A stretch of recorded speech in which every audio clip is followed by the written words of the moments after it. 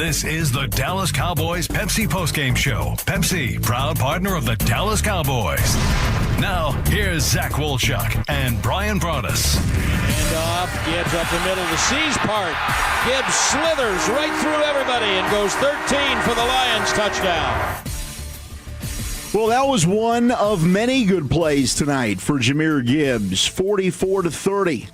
Lions beat the Cowboys. They improved to 8-5. They're 5-2 at home. Cowboys now 1-2-5 on the road. They fall to 6-1. Cowboys forced their last Lions punt with a little over 8 minutes to go in the second quarter. Brian Broaddus. Yeah, and from that point on, the Lions had a touchdown, a field goal, a touchdown. You got the blocked field goal, yippee-ki-yay.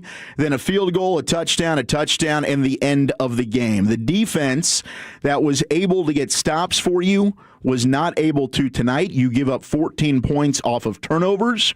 Your coverage units were really, really bad. They kept clawing back. They tried. They were down 27-9.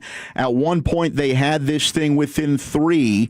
It was 30-27, but the Lions go right back down the field. 5 plays, 59 yards. Jahmyr Gibbs, 10-yard rushing touchdown. It's 37-27. Cowboys go down the field. You get one of the worst offensive pass interference calls I've ever seen. I don't know how in the world that was OPI. It was a terribly officiated game, but that's no excuse. You can't leave it in the hands of the officials. Aubrey kicks the field goal. It's 37-30, and then right on cue, Jahmyr Gibbs gets another touchdown as he ties Barry Sanders. Might have passed Barry Sanders for most touchdowns in a player's first 3 years. As the Lions, well, Jahmyr Gibbs was sensational. Cowboys defense turned back into a pumpkin. It is the official post-game show brought to you by Pepsi, made for Cowboys watching. And if you want to use what the pros use, Jack Black is the official men's skincare brand of the Dallas Cowboys. Visit getjackblack.com today. Zach Wolchuk alongside the Super Bowl winning scout Brian Broaddus.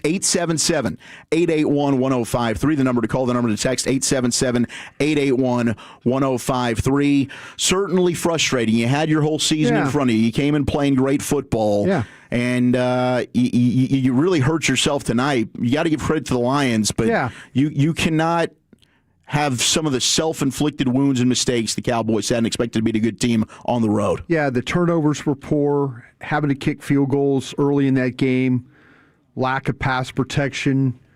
Looked like George Pickens wasn't engaged in the game. You lose Lamb to a concussion. You know, you got 10 days until the next game, so we'll see. You know, I'm likely he'll be in the protocol there. But for so much that was on the line, and we talked about culture and, you know, all these things and how the Dallas defense has kind of found its way with some of the pass rush and, you know, the run defense, the coverage. It was very reminiscent of what we saw earlier in the season. Dallas's inability to, and on the offensive side, like I said, you know, you lose Lamb and Pickens was just a non-factor today. You know, good for Flanoy getting involved. You had a rookie left, or actually not a rookie, but you had a left tackle making his first start on the road. He looked like a guy that clearly, you know, Aiden Hutchinson can break you down like that. But that's a team that hadn't gotten a lot of pressure. Well, they had 4 sacks coming into that thing, you know, the last several weeks. And, you allowed them to kind of run roughshod over you because you were chasing the game. You were constantly chasing the game. And, you know, you tried to run the ball, and, you know, it was difficult with that linebacking crew. We talked about with those two guys, with Campbell and Anzalone, and how difficult they are. You were chasing the game. And, unfortunately, though, it really, you have a chance to make the playoffs. I think the best chance to get in the playoffs was to win the division. And winning tonight would have put a lot of pressure on Philadelphia on a Monday night game. But that's not the case now. And we'll see what happens the rest of the way here. But that was a big loss. And I like I said, I would say probably probably killed your playoff chances right there. Yeah, I mean, you went out, you're 10-6-1, and I don't know if that's good enough. I don't think it is for the wild card. So, yes, your hope would be the Eagles lose at least 2 more games, and that's possible. But, I mean, you had a great opportunity to go on the road and beat a football team that came in, was banged up on defense, and it took banged up on the offensive line. Oh, yep, and really they beat you. I mean, what I think had us believing that this was different was the Cowboys' ability to win at the line of scrimmage. Yeah. And the offensive line got bullied tonight. They you sure give up did. 5 sacks. Dak's constantly pressured. Both tackles had bad games. The safety that fortunately wasn't one, but that was a missed blitz pickup, I believe, by Javonte Williams. Sure was. Who had been so good all year long. And then defensively, now I will say tonight, this one, I'm putting a lot of onus on Eberflus. Yeah. Now, I don't believe that he's going anywhere. I think that this team is going to stress continuity and the fact that they have not had a retained DC for the last 3 years, so they're going to want to keep him. So I just want to go ahead and let the fan base kind of brace yourself. I don't think he's going anywhere, but our buddy Bobby Bell, our Cowboys insider, had this. Cowboys pressured Jared Goff 4 times on his first 6 dropbacks. They blitzed 3 times. 2 of them were Maris Leofau. Yeah. 1 was Reddy Stewart. You had a couple of those 5-man lines mixed in there. Yeah, sure did. We mentioned that at halftime. Yeah. They pressured him 4 times over his next 29 dropbacks. Cowboys blitzed just 5 times on those 29 dropbacks. I don't know that he realizes that DeMarvion Overshown is a player that can get after the quarterback. I don't see him being used at all when it comes to rushing or blitzing. The consistent playing off coverage. When these guys, you've got a hobbled, and look, I'm not saying Brown looked good. He's still coming off an ankle injury. Get up. Jam some. You're allowing free releases inside. Yeah. Reddy Stewart's getting beat inside. It's an easy play. Yeah. So some of the things that were working, it seemed like they went away from. You got bullied at the line of scrimmage. I thought that there were holds they didn't call, specifically on that 3rd down on Quinnen Williams. Yeah. But you're not always going to get the benefit on that. You can't blame the refs. I don't think it was a good coaching job from Matt Eberflus tonight whatsoever. No, it really wasn't. And really, maybe the adjustment of the game was by Detroit. If you think about with Tristan Colon started the game at guard for the Lions, and he had 23 pass blocks, dropbacks where he was involved. He gave up 5 pressures. And what did they do?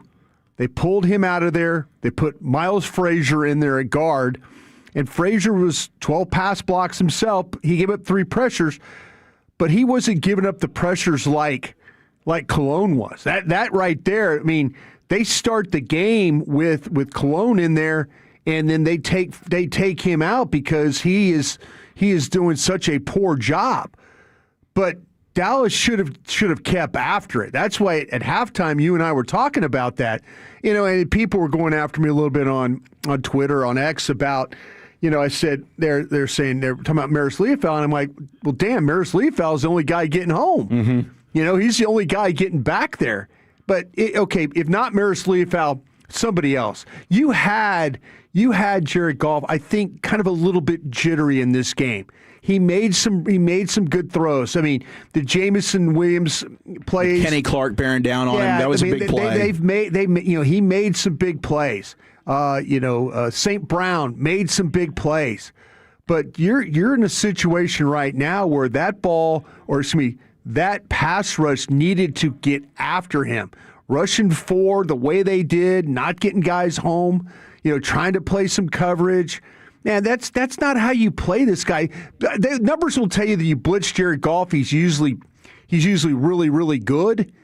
In this game, it kind of looked like it affected him a little bit, and he started to feel a little bit more comfortable. But yeah, for the Lions to get Tristan Colon out of there and put in Miles Frazier, that might have saved their game because he was having a poor go at it early in that contest. And credit Kelvin Shepard, the DC for the Lions. He got some favorable matchups for Aiden Hutchinson, moving him around. It was rough for both tackles, Nate Thomas and Terrence Steele tonight. Certainly, and you were making the point, hey, first road start for a rookie tackle, and it was not good. Yeah. I mean, the offensive line tonight certainly struggled. Dak was getting hit left and right. CeeDee Lamb was unguardable in this football game. Should have had a touchdown. Dak missed him for one down the left sideline. Just heartbreaking heartbreaking and gutted for him. He goes 6 for 121 in just over 2 quarters, leaves with the concussion. And unfortunately, George Pickens, who has been brilliant all season long, tonight it seemed like no-show. Mentally he got taken out of the game. He was a no-show tonight. George Pickens was not the normal George Pickens that we'd seen through 12 weeks of the football season, or 13 weeks of the season. He was not into it. Let me ask you this. Let me tell you this. You and I watch a lot of tape. We do the All-22. George Pickens is not a great route runner to begin with, and and I know that Kurt Herbstreit called him out a couple times, like, "Wow, that's a lazy route." And then fans are like, "Whoa, that's lazy." If you really do watch the All-22, that's how George Pickens runs routes. It's been that way all year. That's not something new. George Pickens is very much a start slow, kind of gauge you, and then find a way to get by you guy. But tonight, George Pickens didn't extend his hands. George Pickens didn't make tough catches. George Pickens not engaged. When they needed George Pickens to be great, he wasn't great tonight. And unfortunately, that's going to happen. But, man, they needed him to be great in this big game, and it just didn't go, and Ryan Flanoy stepped up. I want to go back to the offensive line. 54 dropbacks when it pass block attempts. Here are your pressures. 7 from Steele, 11 from Nate Thomas. So at 54 drop back passes, you had 18 pressures. Terrence Steele was credited with 2 sacks. Nate Thomas was credited with a sack. Cooper Beebe was credited with a sack, and then Javonte Williams was credited with a sack.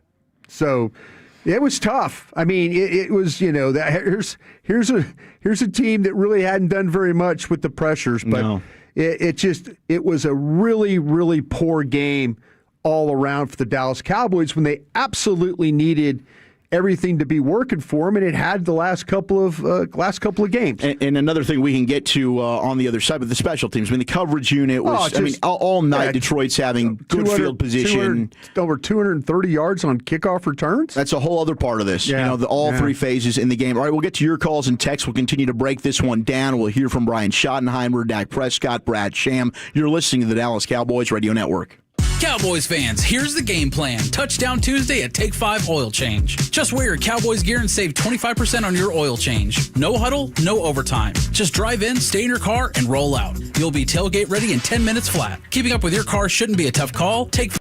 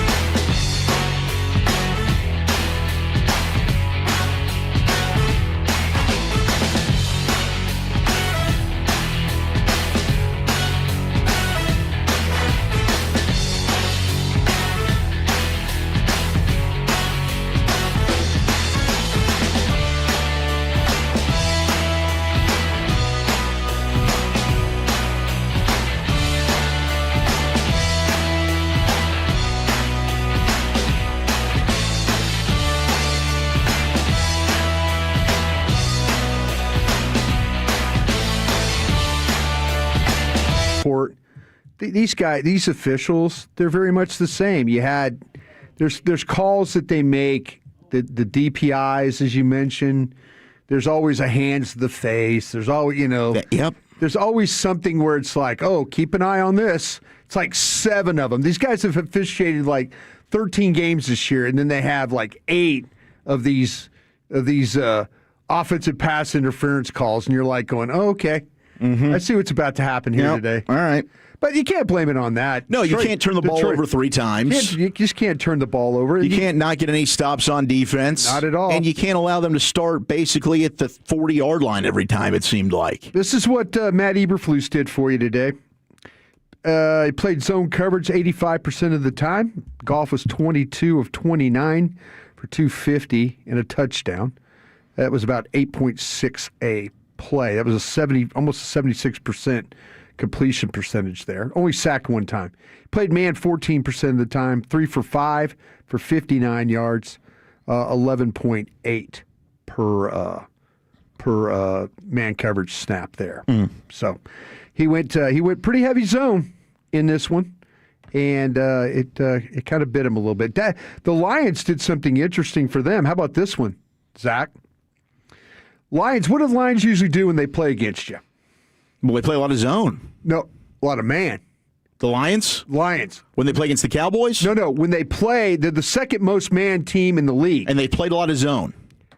53% of the time they played zone. Yeah, you can tell that tonight. 46% they played man.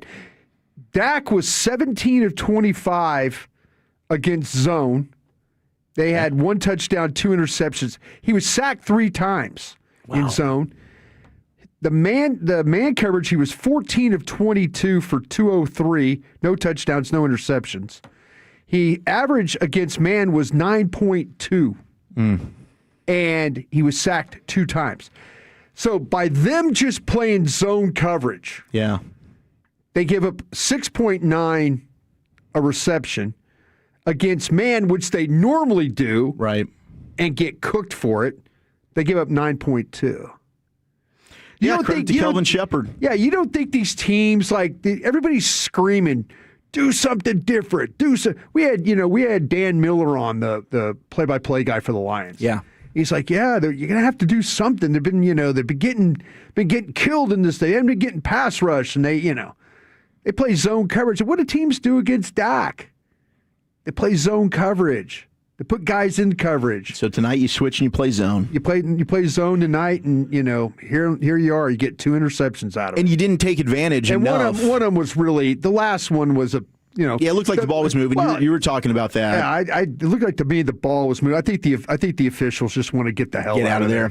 14. Yeah, well, I mean, game. they score immediately after the Ferguson fumble, and then that first play of the game in the second half, you're trying to hit Pickens on the slant, and Robertson, who was the guy to really pick on, ends up getting his hand in there. The highlight we had coming back, ball's tipped in the air, it's intercepted, and then they score. So you have 14 points off of turnovers. What did you lose by? 14 points. Yeah. So the turnovers are huge. The field position that you gave up because your special teams unit was terrible. Special teams was awful. Well, with the exception, your kicker is not Aubrey, awful. yes, and Aubrey had a tackle on special teams tonight. If they're going to keep giving up the ball at midfield, just kick the damn thing in the end zone. Seriously. I mean, if you're not going to, and you got some guys on that special teams that trust me, when we get out of here at 1 a.m, and I get up at 5 to go watch this film, I'm going to watch that kickoff coverage. I'm going to tell you on our show tomorrow at Krusty's Corner at 3:40. I'm going to tell you damn good and well who wasn't playing worth the damn on special teams covering kicks. I'm looking forward to seeing, please don't tell me it's C.J. Goodwin or somebody like that who's on the special team. He's here for that reason. Yeah, exactly. Yeah. Please don't tell me it's that guy. All right, let's get a couple of calls in, brought to you by AT&T. Connecting changes everything, the official postgame show of your Dallas Cowboys. A 44-30, really heartbreaking loss. A game you had to have, and they come up short. A feeling that we all know all too well as Dallas Cowboy fans, I wouldn't say they unfortunately. came up short. I'd say they got beat pretty soundly. No, they did, but it was a golden opportunity that they weren't able to take advantage of. They got to within 3, and they fought back, but for the most part, yeah. You never Lions, felt like they beat them on both sides of the ball at the line of scrimmage. Every time they got the ball, they got 50, outcoached. Yeah, Yeah. They did. 877-881-1053, the number to call, the number to text. Let's start off with our friend Laura on line 2. Laura in Philly, what's going on? Oh, hey, guys. That kind of sucked, huh? It did. Hey, listen, I'm with you, Brian. I'm watching that game, and I'm thinking, at what point do we just start kicking in the end zone? Yeah. Is that just a question of, not knowing your team and where you're playing at today, or stubbornness, or, what stupid pills. you guys have done? That was wild to me. 2 stupid pills and a cup of Gatorade. Just kick the ball out of the damn end zone. I mean, every time you look up, and I'm sorry, Laura, it's your call. Go ahead. I just go ahead. No. I punned this to you, man. It's just wild. They're starting on the 45-yard line, every darn time. Damn time. Every time. Yep. Every time. It gets to a point in time where you're like, listen, just kick the ball out of the end zone and give it to him at the 35, and let's go try and play some defense. But no, I mean, exactly. That was, but that was the least of the problems tonight. That was really the least of them. You didn't block well enough. You're right. One of your best players no-showed. That was a problem tonight with Pickens. Boy, I wish we had that Arizona game back, huh, guys? Yeah, no doubt. You'll look back at that one and say, what the heck? Yeah. Look, I know, Brian, you've been talking about Chicago and Carolina, and at the time, you're absolutely right. Yeah. Those were games they probably should have won, too. Yeah. Now they've gone off to be teams that could be playoff teams, but at the time, those were games the Cowboys you thought should win. Bears were 0-2 at the time, and their offensive line was a mess. So, and then you look at Carolina. I think Carolina going into that game had turned the ball over 8 times going into the, it already, it was looking poor. And to me, that Dallas has had some bad losses. Yeah, they have. They've had some good wins. Kansas City's a good win. No, the last 2 wins were great. Yeah. Eagles and Chiefs. Yeah. And then you needed to keep I don't know, it maybe going. those teams aren't any good either. It could turn out to be that way. I still think, those were big wins at the time. And tonight you needed to go on the road and get you another one. Yeah. And the questions were, hey, you haven't really had a signature road win. You had everything still in front of you. Yeah. You go there and you take care of business against the Lions. And you did not come out and do the things that we had felt, okay, this is why this team's different. Right. This is why this Cowboys team we can actually believe has a chance. No, we believed. They didn't do it. We believed. We believed that Detroit with all the issues that they had, and the pressuring golf and their offensive line's not any good, and you got to keep them. We were worried about throwing the ball to those backs. No, we knew Gibbs and Montgomery were awesome. Dallas just the tackling was poor. Tackling was bad. I don't understand. Hey, I Kenneth Murray. I don't get why he's on the field. Yeah, he's a net negative. Him continuing being thrown out there. I agree. I don't get it whatsoever. There's a lot certainly to break down. 877-881-1053. We'll keep going with your calls and texts. Dallas Cowboys football will continue in a moment. Straight from the North Pole, Santa is once again at the Star in Frisco. Santa Claus will be meeting fans and spreading holiday cheer. Capture the magic.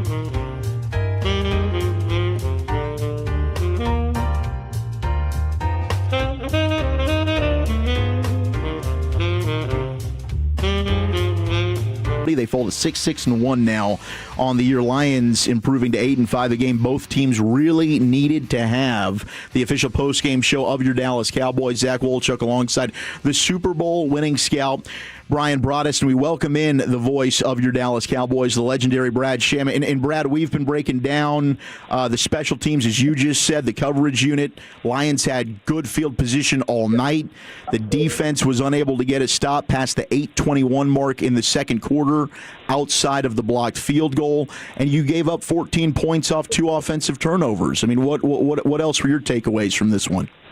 I mean, you'd like to see what would happen, Zach, if that I don't understand the offensive pass interference on Ferguson inside the 5. I don't know what that was. If that had been allowed to stand and you'd scored, it would have been interesting to see. But the fact is that you're absolutely right. They could not stop them, and they gave them a half a field 4 times. I mean, it's been going on.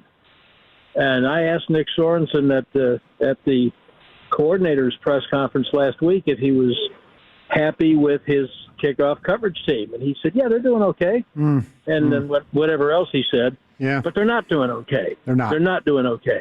And so tonight you started with a penalty on, I can't remember who it was, maybe Bridges on the first. Yes, Bridges for holding. Yeah. Yeah, so that backs you up to the 5, and now everything that happens from that, so you've got disadvantageous field position, then you got this penalty, whoever it was on, that calls back a good kickoff return, and then the coverage is pathetic. And so at least 4 times you're giving a team with an outstanding offense a half a field, and you're fighting with one arm tied behind your back. So the defense wasn't good enough. The special teams were not good enough, and I think it's fair to say Detroit's better. They're a better team, and one of the I don't know how many people they had out, but this is 3 years in a row now, 4 that they've been really good, and this is a hallmark of what Dan Campbell has built. When they lose all of those people in the secondary, they just keep coming with backups playing as hard as anybody else. And that's a testament to them. But having said that, I really thought when the Cowboys cut it to 30-27, okay, here we go. Yeah. And they're going to do this. And then you had the same kind of thing happen, penalty. And I'm really not sure about that OPI on Pickens either. I didn't. Agree. Yeah, it looked like he was trying to run through. Yeah. Yeah, and he got buffeted, and then the cornerback sold it with a dive. Yeah. But okay, that'll happen. I mean, I'm not blaming the officials, but they couldn't run the ball. That's credit to Detroit, and they couldn't overcome defensively. They just couldn't overcome giving up a half a field about 4 times. That's just poor play. Yeah, Brad, I mean, there'll be a lot of focus, too, on the offensive line, on the young tackles and stuff like that. But just overall, was it as bad in person? We always like to talk about, we'll watch the tape the next day and see how it really is. But did it seem like to you as you're watching it develop that it just was it that bad? No. In the second half, especially Nate Thomas had a really hard time. Yeah. And Hutchinson, who is an all-pro, just abused him. And, Thomas is still a young, developing player. I still think he's a guy you want on your team. You want to work with him, and he's got a chance to be, at the very worst, a swing tackle. And he played very well, but he didn't play well tonight, and they beat him. Hutchinson handled him, and Steele, who perennially has his problems. I mean, Brian, you're out there at training camp as much as I am. Yeah, did absolutely. you ever see anything last year? Yeah. Last year, did you see anything from Muhammad remotely like this that made you say, oh, they're making a mistake if they don't keep that guy? I didn't. Well, it was, it's funny because he's the one guy that, like in camp, that had some explosiveness. And we were all trying to kind of figure out, like, just first step quickness, but nothing where you were like, but there were times where during training camp where the tackles, like you could tell the twist game stuff was giving him a problem. Solomon Thomas was, Ezeraku was winning a lot, so you were just kind of noticing everybody else. But Muhammad was just kind of brought in because they were down some guys. Didn't they sign him and Carl Lawson like on the same day? It was, basically the same day. Yeah. Same day. Yeah, and Lawson stuck around because he played better. Right. I mean, right. Muhammad wasn't bad. He just wasn't anything. And now look at him. Whatever they're doing with him. Yeah. This is not his first good game. No. Because he's played pretty well. Now, doesn't mean you have to give him 3 sacks, but so that's a big plus for them. I know Thomas had a tough night. I do have to watch the tape to see how up and down Steele was, because it was coming from both sides. And Hutchins, they just couldn't handle Hutchinson. And you know what? A lot of people can't handle Hutchinson. Yeah, they gave Steele, they credited him with 7 quarterback pressures, 2 sacks, 3 quick pressures of the 7 he gave up. And then you knew you were having a bad night pass protecting when Javonte Williams gives up a sack. That's when you know you're having a bad night pass protecting. Well, because he's usually as reliable as they have. No, he's as good at that as in the league. But I did make this point early in the game. This, in my opinion, this is the best set of 3 linebackers that anybody's got. Oh, all week long we were talking about that. The thing I was worried about was I didn't think Dallas would be able to run the ball because of how well as a team they tackle and how well these linebackers get off blocks and fill gaps. And that proved to be correct. Yeah. Although they did, they came out and ran it a little bit. I mean, I give Schottenheimer credit for they tried in the second half saying we are not backing off. We're going to try it, and it worked a little bit. They had some things that went a little better. They were able to come back to within 3 points. But I think the Lions are better, but you helped them too much. Oh no, the turnovers were big, and like you say, the fact that you really the kickoff coverage stuff was really, really bad tonight. It's just there's so many things for such a big game to go out there and lay an egg in so many areas that you've been like the last 3 weeks pretty solid at. Yes, and I'm going to say it again. The kickoff coverage has been bothering me. No, not the kickoff while. coverage. I'm talking about defensively, blitz pickups, getting off the field, finding ways to get stops. Yeah. Well, you know what? We may look back at the end of the year and say Detroit's better than those other 2 teams. No question. It's true. No question. Think it's important. No question. I do think it's important that you have to. It's not in the moment. In the moment, you're upset that they contributed to their own defeat. But when you pull the lens back a little and say those 3 games you're going to win 2 of them, on balance, you'd have to say, well, something's going right because I didn't think that was going to happen. Now, but you didn't think you were going to lose to Arizona or Carolina or those people, Yeah, but right? that was a different team. Anything that happened before Las Vegas, that's a completely different team. Hey, Rebel had a terrible night, and he's clearly figuring out how to play what they're asking him to play. And does that mean they should be playing a different style? I don't know. But he has been solid, the last couple of weeks, and he was not good tonight. Okay, he's going to have some of that. Let's see what they do with the last 4, because I will say this. If they can win the last 4, and I believe they can, won't be easy. Chargers especially are good. Washington can come back and be a problem. The quarterback's coming back. You win the last 4, and with this team, you would have finished 10-6-1. That's a parade. You mentioned the injuries to the Lions secondary. We thought that would be an area that the Cowboys could exploit. CeeDee Lamb, obviously, until unfortunately he gets concussed, was having a tremendous game. What was your assessment with George Pickens? He never seemed quite right tonight. I think that the Lions have a way, Zach, of getting their backup people to play at a higher level than how they're regarded. Because the problems Pickens had, just off the top of my head, the problems Pickens had was mostly because the coverage was really tight. And the interception that could have ended the game in the first play of the third quarter, and they fought back. No, that wasn't the Pickens one. It was an earlier one. The interception went off Pickens' hands. Yeah. Went off his hands. Well, he hasn't been not catching that ball, but the coverage was really tight. He had a guy on him, and so I think those Lions defensive backs just played better than people think they would, and they wouldn't let Pickens loose. So Dak and Schottenheimer found the antidote to that, which is go to the other guy.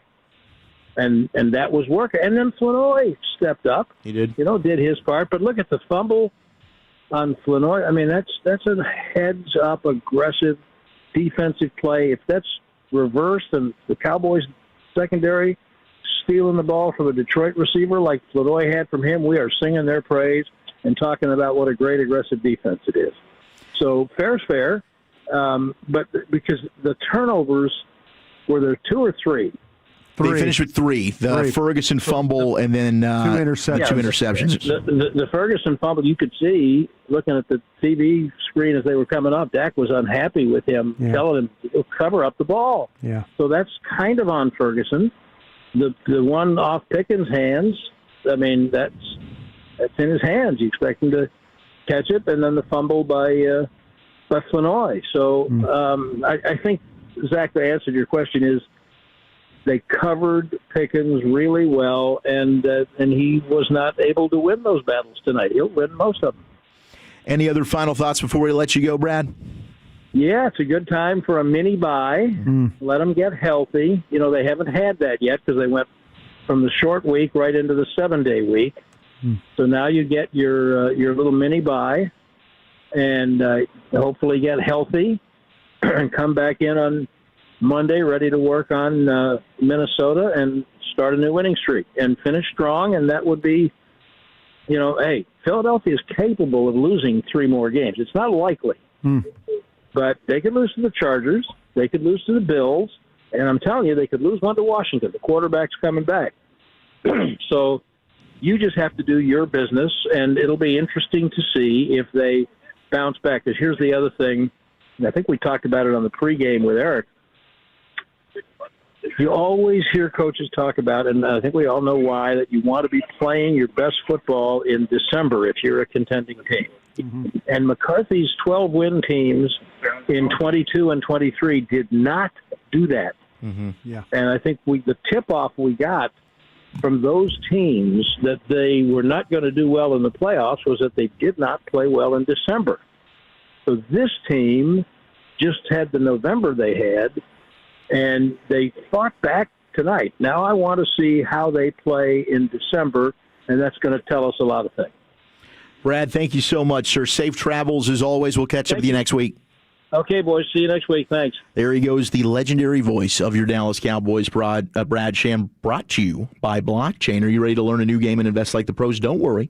Even the pros were rookies in crypto once. Blockchain.com makes buying, selling, and trading crypto easy. Invest like your icons with Blockchain.com. In a situation, okay, here we go. DJ Reed, this is Pickens by matchups. We have time to do this? You need to go to a break. We can get it in. It's fine. Okay, DJ Reed. Pickens had 24 matchups against him. 14 of them are man coverage matchups. 4 targets, 2 receptions, 15 yards. One of the 4 targets was considered the tight window throw. Rock Ya-Sin, 14 matchups, 2 targets, 1 reception, 7 yards. One of the 2 targets was considered a tight window throw. Amik Robertson, 7 matchups, 2 targets, 1 reception, 4 yards. One of those throws was considered a tight window throw. Wow. So, in honesty, there were against the corners of his 8 targets, 3 of them were considered tight window throws, is what it was. Personally, I want to go to throw the ball to him as much as possible, but tonight he wasn't into it. No, he didn't. He did not look engaged. That doesn't seem to me like a very good stat line for George Pickens. He usually is like eating people up. Yeah. But you're telling me against corners, there's 8 targets with 4 catches for roughly 26 yards? 3 tight window throws. That's as bad as it gets for a guy who's a big time player like that. I don't know if they were all tight window throws. I just think George Pickens kind of had his head up his butt in this game. Yeah, he did not have a good game. And much like, look, CD didn't have a good game against the Eagles, and Pickens stepped up. Yeah. CD maybe would have had that moment tonight, but unfortunately he gets hurt. Yeah. We'll break more of that down. We'll get back to your calls and texts. The official postgame show of the Dallas Cowboys rolls on 44-30. Lions beating the Cowboys tonight. You're listening to the Dallas Cowboys Radio Network. Veritiv Pollock is more than just a supplier. We're your strategic ally in facility, packaging, and retail solutions. From industrial warehouses to office buildings, schools, and retail operations, we help you lower costs, increase efficiency, and stay stocked with the products that keep your business moving forward. With over 100 years of experience, national distribution, and a commitment to innovation, Veritiv Pollock is where solved happens. Call 855-239-5153 or visit pollock.com today. Looking for the perfect getaway or a place to host your next event? Discover Embassy Suites Frisco and Convention Center. Enjoy spacious 2-room suites, a complimentary made-to-order breakfast, and our famous evening reception. Whether you're traveling for business or just fun, we're steps away from...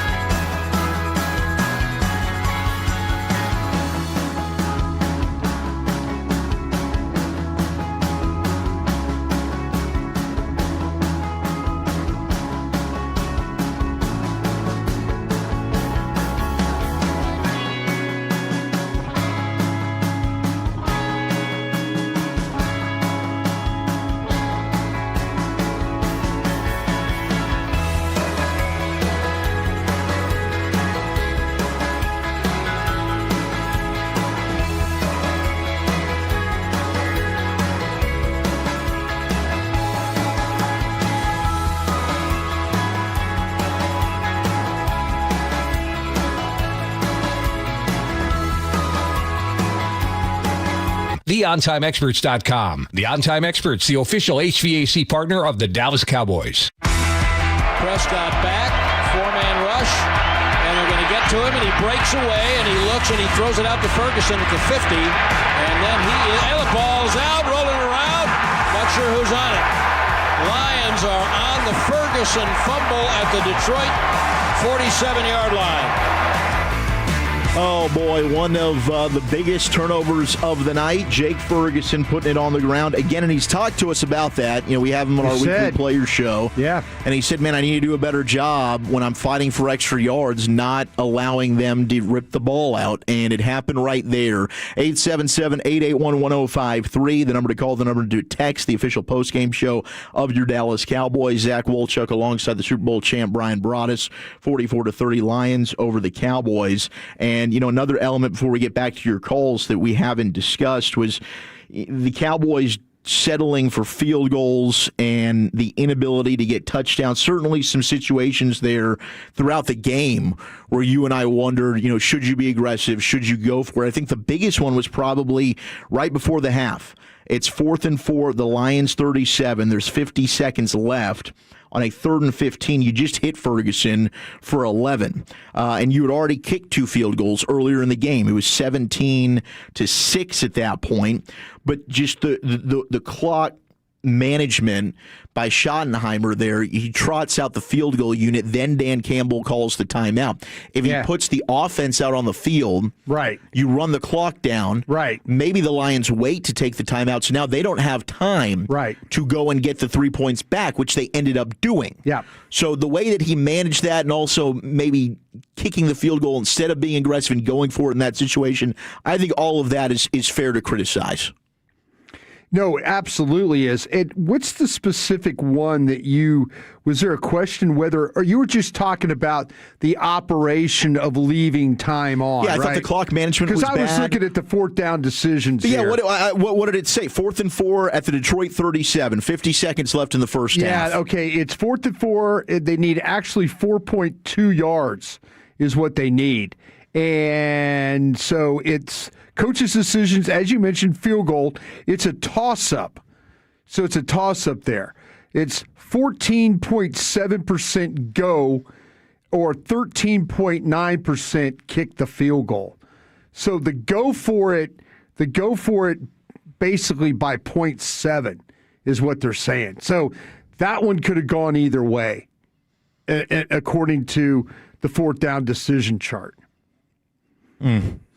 Yeah, and it just seemed like the field goals aren't going to, and I get it, you know, hindsight's like, I'll take the points.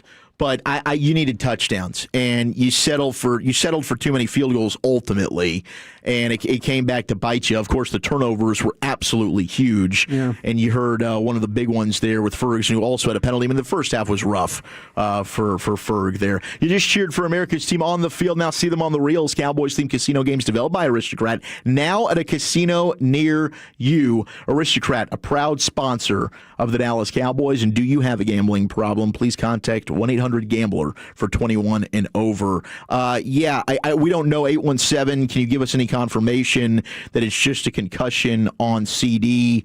They think it looked like an ACL, then a shoulder, then the concussion. The concussion is all we know of now. I don't know anything more. You could tell there's a reaction. Kind of seized up? Well, when his arm went up. I've seen this before when it's a reaction, it's a body's reaction. Like his right hand went up. You know, like, and he's kind of doing the feeling thing. But yeah, this is very much, I believe, a concussion is what we're dealing with. I'll try and get an update here if I can, see if somebody on the bus will tell me. All right, let's get back to your calls, 877-881-1053. Let's hit line 4. We got Francois calling in from Dallas. What's going on, man? Hey, what's up, guys? I've got an offensive and a defensive comment. By the way, Harrison, I'm that some guy that was talking about Malik Davis, right?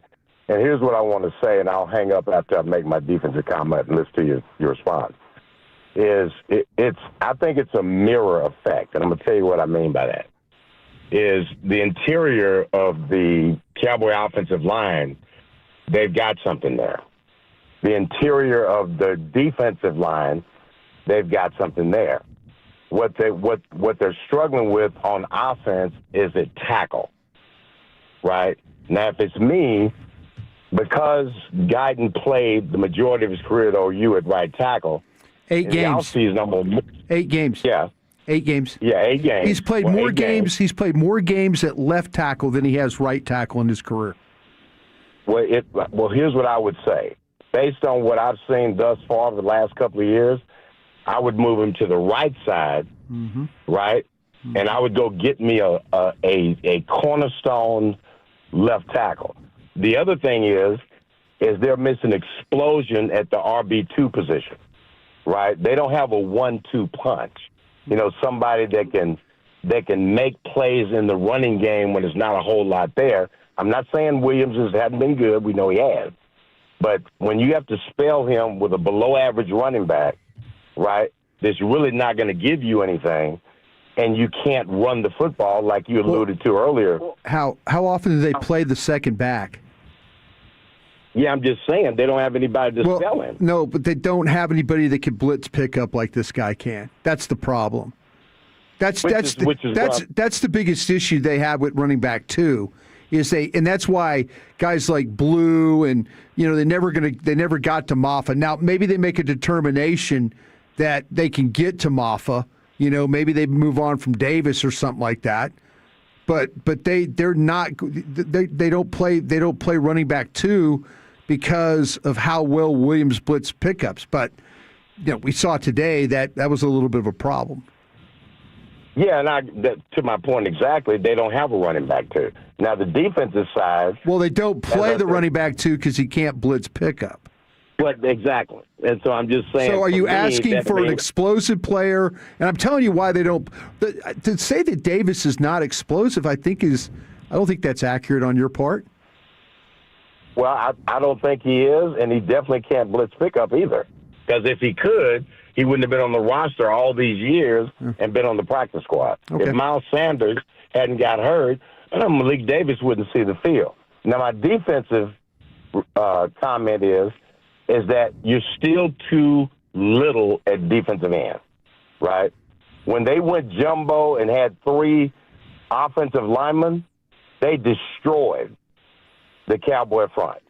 How many teams go jumbo? How many teams play jumbo? Well, I'm just saying when teams go overload against the Cowboys, when they put in 3 tight ends, when they go 13 personnel. This is when Clowney. Like this is why Clowney not playing tonight. It was huge. Killed you. Yeah. We probably wouldn't be having this conversation if Clowney plays tonight. Well, I will say this: Clowney's 32 years old and probably won't be on the roster next year anyway. But they missed him tonight. They missed him. Right, they did. This team is not, even if they had won tonight, even if they went out, they are not going anywhere when they get to the playoffs because they don't have the horses. And I think you're right when you guys said earlier is that I'm going to go ahead and criticize Eberflus because when they highlighted Wevel in zone coverage when he gave up that touchdown pass, he looked like a 14U youth football player. He's not a zone cover guy. And your point about not using Overshawn in blitz packages, I just think that Flus doesn't know, this is just my opinion, I just think he doesn't understand how to use what talent he does have on the defensive side of the football. I appreciate your time. Yeah, that could be the case, Francois. I'm not sure who Harrison is. But I do appreciate the call. I mean, yeah, I think that they do need concussion. By the way, I checked. Just a concussion. Yeah, I checked with somebody in the medical staff. Okay, so nothing more than that. But now Jahmyr Gibbs did score all 3 of his touchdowns from that jumbo personnel set. They used it just under 37% of the snaps. Yeah, did the Lions? That's the highest rate in a game since 2021. Yeah. Wow. 4th most by any team this season. And absolutely, we knew, and you had highlighted this throughout the pregame, not having Clowney and Ezra with the 2 guys that set the edge for you. Huge. Fowler, Sam Williams, James Houston, Isaiah Land, those guys aren't doing that. Yeah, they're not doing that for you. Nope. So absolutely, Francois, that's something in the offseason that I'm sure that they will look to address if they can't get Clowney back. All right, we'll get back to your calls and texts. We'll hear from Brian Schottenheimer. We'll hear from Dak Prescott. Dallas Cowboys football will continue in a moment. From retirement planning to insurance, SWBC has customized solutions to help individuals and businesses. Visit SWBC.com to learn more. Tom Thumb's new Drive Up and Go service makes grocery shopping easy and convenient for anyone. 25 pounds of ground chuck, 15 bags of hamburger buns, 28 bags of Tostitos, 10 packs of Pepsi, and some barbecue tongs. You pick the time, you drive up, and go. With Tom Thumb's Drive Up and Go, anyone has time in their schedule to go grocery shopping. Just a few clicks away, and you can feed your team. Everyone can be a grocery pro bowler with Tom Thumb's Drive Up and Go. Download the app or try an online order to get started today. Miller Lite, the legendary light beer. The originator, the inventor. If this beer could talk, it'd tell stories about that one time, that night, that one guy, that one gal. Writing a story 50 years long and 50 million friends wide, because legendary stories start with a light. Here's to 50 years of Miller Time. Celebrate responsibly. 2025 Miller Brewing Company, Milwaukee, Wisconsin. Cowboys Nation is big because everything's bigger in Texas. And Reliant has the energy to power it all. From home field advantage to home sweet home, Reliant has Dallas Cowboys fans all across the Lone Star State covered for every electric moment this season and beyond. Reliant, proud to be the official energy provider of your Dallas Cowboys.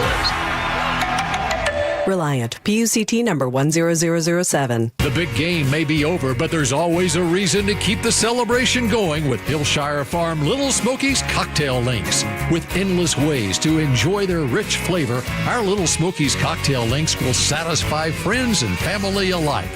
Now, that's a reason to celebrate. Get yours today at your local grocery store and prepare it your way for your next game time gathering. Hillshire Farm is proud to be the official protein of the Dallas Cowboys. Hillshire Farm is calling. Apply now to the University of North Texas Dallas Cowboys online MBA in Sport Entertainment Management. This unparalleled graduate degree combines UNT's high-caliber Tier 1 academics with a world-class business expertise of the Dallas Cowboys. Designed for the working professional with immersive in-person boot camps and online courses, the program can be completed in 12 to 24 months.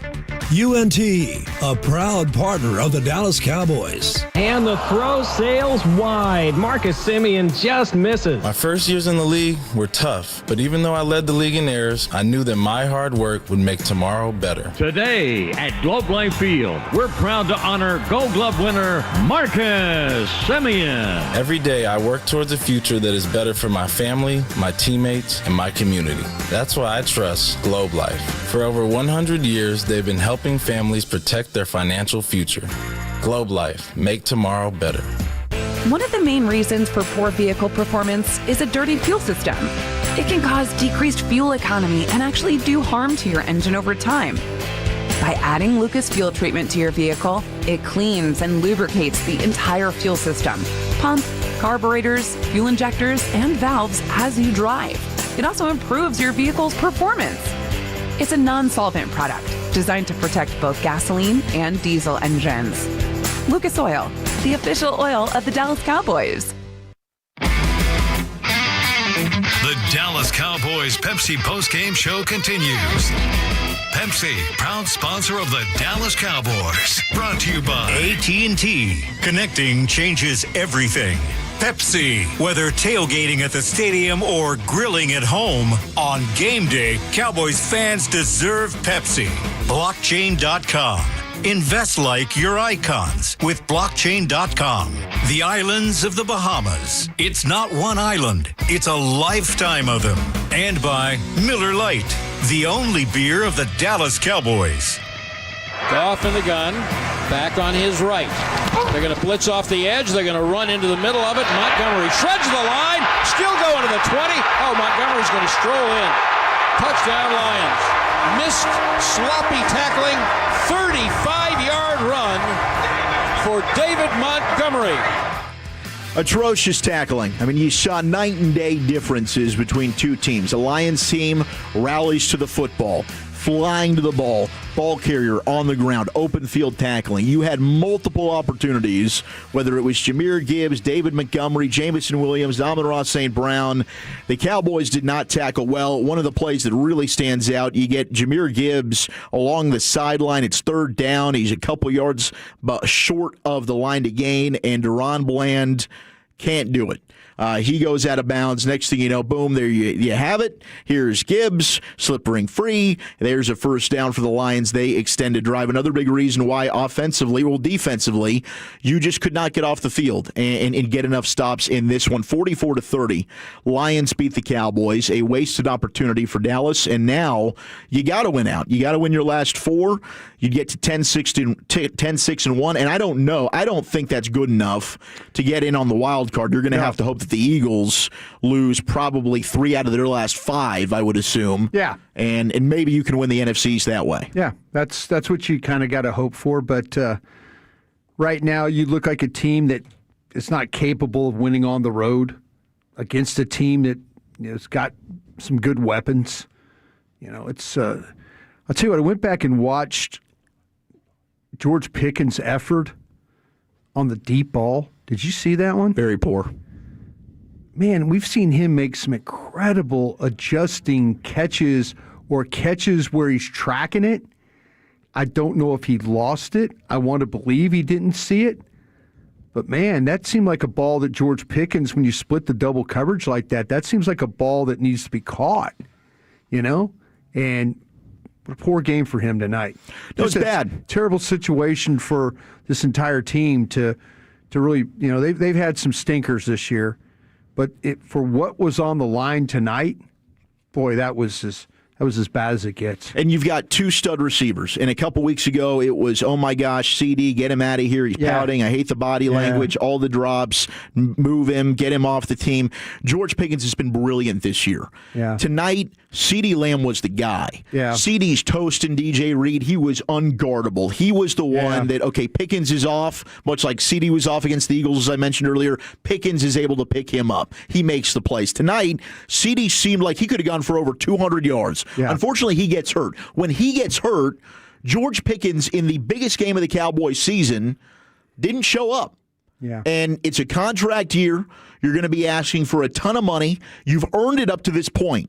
But that was unacceptable. The effort. Yeah. The effort. That was really poor. Right? Like, you can drop the football, whatever. But the effort that he gave tonight, that was disheartening to see. And that's not good enough. No, that's not. And I don't know if he did get benched. You and I were looking at each other on that drive. Kind of 4 plays, Flanoy the touchdown. Right. And he's on the sideline. Yeah. I thought maybe Shoddy did say, hey, you're not going in right now. Yeah. And maybe it was one of those things that benching kind of, caused him to quit on you in the game. Get into a shell. I mean, it should have the opposite effect, you would hope. Nah. But unfortunately, it didn't. It didn't. Just to let you know, matchups by what Lamb was able to do, he was 5 targets, 5 receptions for 105 yards against DJ Reed. That was in 7 man coverage snaps there. He was matched up against Robinson 4 times, and he had 3 targets, 1 catch for 16 yards. So in the 8 targets he had, the 6 receptions, 121 yards. That's, man, you're right. He probably, if he could have kept going, because he was wearing, if you just look at the matchups by nearest defender, he was wearing DJ Reed out, and that's probably where if he's healthy during this game, you just probably keep going at that and seeing what you can do. All right, let's hear from Cowboys head coach Brian Schottenheimer after this one. Brian, just your thoughts on how this loss might affect I don't know. We're just going to keep playing. We don't control who wins and loses. We just control what we can do. I'm really proud of the group. I told them that. 4 games, 17 days, battled their asses off. Proud of them. We knew tonight that it was going to come down to a couple things. We knew we had to take care of the football and take it away. We didn't do a very good job with that. And then we knew we had to win the trenches, and we didn't really do that. So I thought they played hard, gave up too many explosives. And then, of course, just couldn't. When we'd get a little momentum, we just couldn't get a stop. And so the complimentary football wasn't what it's been over the last couple weeks. And when you play a good football team like this on the road, unfortunately, when you do that, it's going to be hard to win. How much was the speed a factor? Yeah, they're fast. We got guys that can run, too. I felt like we didn't tackle great. When they got in the perimeter a little bit, I thought they hurt us.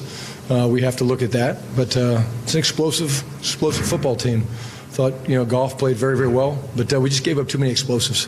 Explosive run, Montgomery hits explosive run, big play, Jamison Williams after we made it, one-score game. And, those are things that we have been doing over the last, 3 weeks, and we didn't do it tonight. Clarence Hill, DLOS, was anything going on with Pickens? It seemed like he had the same interview tonight. No, I don't think so. I want to look at it. I mean, he was being doubled. The minute CD went out, they just decided to play everything two-man over there and try to double him and take him away. But I don't think so. Really proud of Flournoy, him stepping up. I thought CD before the injury was outstanding. We knew we'd hit some explosives, and unfortunately, we just, we weren't very good in the red zone. Kicked too many field goals, and against a team like this, you can't kick field goals. Yeah, two crucial offensive pass interference penalties, one on Pickens and sort of the big one on Ferguson. Can you talk about those? Yeah, I'm not going to get into that. It's not ultimately what decided the game. Brian Towers with ESPN, you got into a one-score game a couple different times. The 36, they got Jamison on Marquise. Was that just a scheme? They schemed that up on? Yeah, it looked like it was a fire zone, and sometimes, based on the pieces, how they get in there, 1, 2, and 3, there's matchup things, and obviously they made the play. Really good throw by Jared. But again, I thought we were pretty good on third down on defense, and in the red zone we weren't very good. So again, to me, in this game, you look at it, they were 4 or 5. I think in the red zone, we were 1 of 3. We're kicking field goals, they're scoring touchdowns. And again, when you play on the road against a really good football team, you can't do that. And unfortunately, that's why we stand here tonight. When you look at the pressure that Dak was under, were you surprised that the way that they were attacking up front? Is that how they go? No, that's the way they play. I mean, this team has a play style that I really respect. I really respect Dan and the job he and his staff do. Told Coach Shepard after the game, ton of respect for him. First year coordinator, and they gave us a bunch of fits, especially early in the first half. We were struggling to kind of find our rhythm in the first half. Thought we made some good adjustments coming out of half, but Hutchinson, McNeil, I think Muhammad had 3 tonight. And you're not going to win many football games when you're doing that. Shoddy, brought to you by the all-new National Medal of Honor Museum in Arlington, brings the stories of America's greatest heroes to life through virtual experiences and exciting interactive technology. Plan your visit today at mohmuseum.org. Let's pause 10 seconds for station identification across the Dallas Cowboys Radio Network. Your turn it on, leave it on. Home of America's team is 105.3 The Fan. Go low, baby. KRLD-FM and HD1, Dallas-Fort Worth. An Odyssey sports station. 44-30 Lions beating the Cowboys in a game they had to have. 6-1 now are the Cowboys. Zach Wolchuk alongside the Super Bowl winning scout Brian Broaddus. Let's get back to your calls. Let's go to line 2. We got Megan, who's been waiting patiently in Fort Worth. Megan, you're on the official postgame show of the Dallas Cowboys. Hey, guys. Pretty intense game. I think Dak played decent. Disappointed in Pickens. The Zebras kind of... they didn't do their job really, and at the end of the day, I'm sick of these highs and lows with the Cowboys. I can't take this. I have to go to work tomorrow and defend these guys again. I've been hyped up the last 2 weeks, and it's hard. I'm tired of this. I need to, and I feel bad for you guys because y'all have to analyze this game for the next week or so. So I'm defeated a little bit, and I know there's a little bit of hope with we win out these next 4 games, but it's hard over here, man. I'm so mad. Yeah, Megan, I get it. It is life as really a sports fan, but this is how it's really been. I think for a lot of Cowboy fans our whole lives. As soon as you got past those glory days of the 90s. And those that have listened, I'm 34 years old, so technically alive. Brian got to enjoy all of those, was on the other side of it for a long time, got to watch the 70s.